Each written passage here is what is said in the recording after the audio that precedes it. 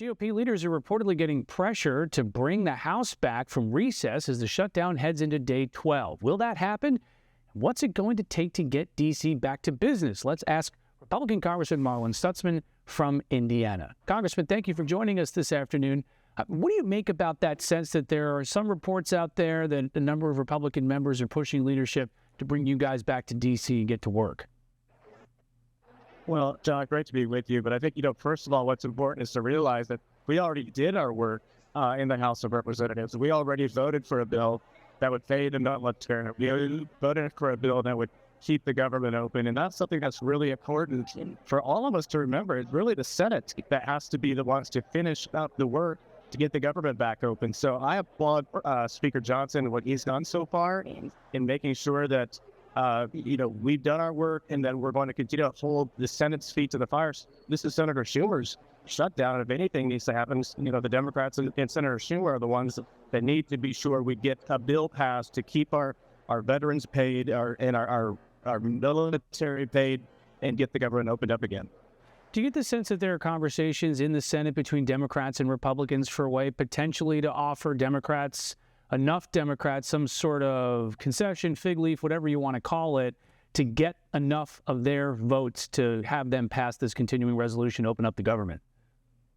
Well, I think so. I mean, they're obviously going to be negotiating a lot. I mean, already 3 Democrats are voting for the CR as it is. We call it a clean CR. Maybe there's other negotiations that can happen outside of this particular bill that could be voted on separately on the Senate side. I don't know all of those conversations over there, but we've done our work in the House, and they've got to find a way to pass this CR to open the government back up. I've been a critic of the 60-vote filibuster rule for a long time on budget bills. They could keep it for everything else, but for the government to serve the American people, when the government's shut down, it's not doing its job. And, I come from a business background, and this is no way to run a business.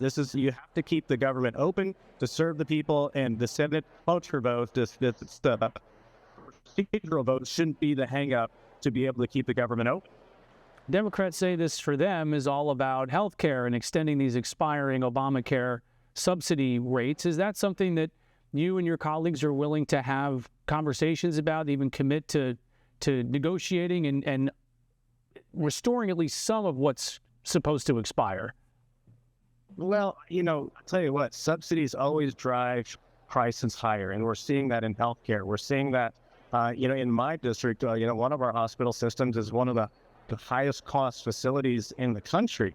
I think subsidies, are only going to end up, those funds are going to end up in the pockets of insurance companies and hospital service providers, rather than really driving the costs down for patients and the American people at the end of the day. So again, Obamacare has been a failure. We've now been enduring this for almost 15 years. And I think that, we're going to have to go back to the drawing table and realize that healthcare is only helping a select few. I mean, my wife, she'll go to the doctor and she'll call me up afterwards. She's like, "Are you sure we have insurance?" Because, we're always paying out of pocket. The deductibles are high. The premiums are high.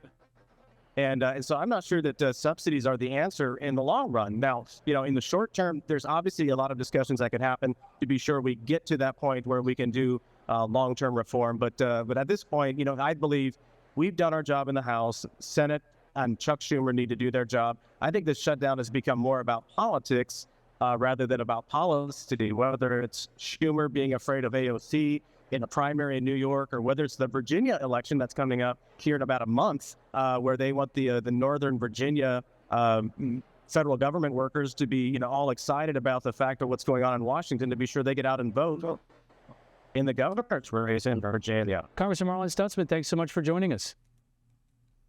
Thank you. Great to be with you this afternoon.